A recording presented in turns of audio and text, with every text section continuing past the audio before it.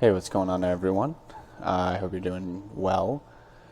Just a couple of housekeeping things. I have school starting tomorrow, so in regards to upload schedule, I'll for sure try and get at least one video out a week or two. But if things get busy, I might, have to skip a day or two. I am going to try, though, and see if I can keep this daily. I know I end up getting distracted and getting busy, but I really do want to keep, spreading my experiences, if you will, to help you guys, potentially maybe learn something new or have a different outlook on life. So, just let you know. So, today's entry is going to be from April 8th, 2024 at 9:29 p.m.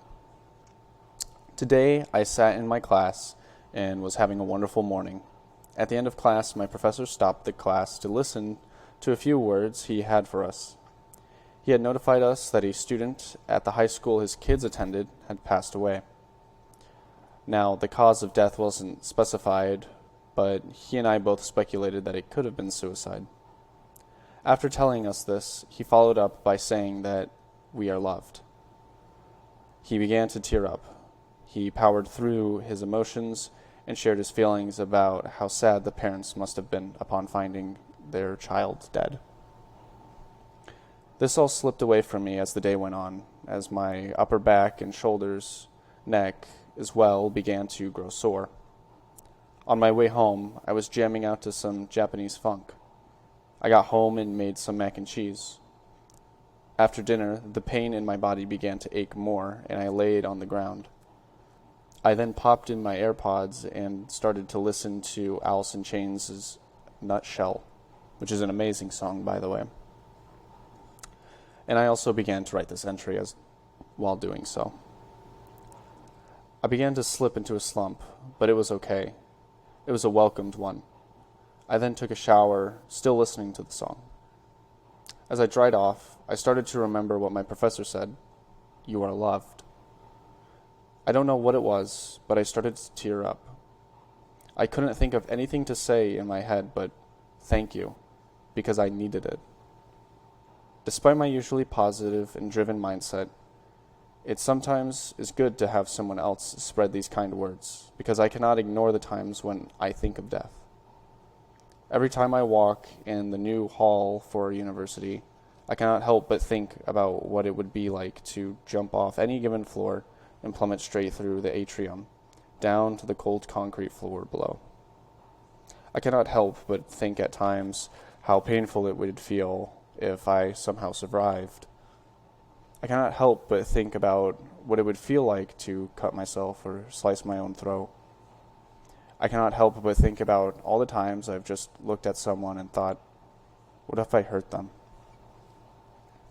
Hopefully, a day won't come along where I am forced to defend myself.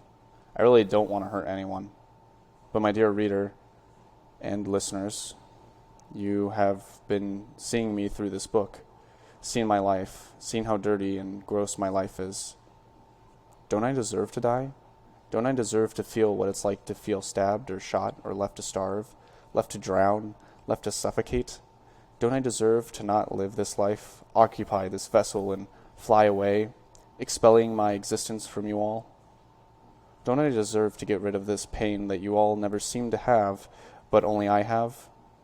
Am I the only person in this world that must endure this pain and suffering, stress and anxiety, loathing and sadness?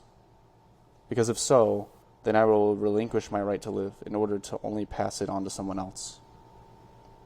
Well, then you have found your answer. For by sharing this pain, you are no longer alone in this hell.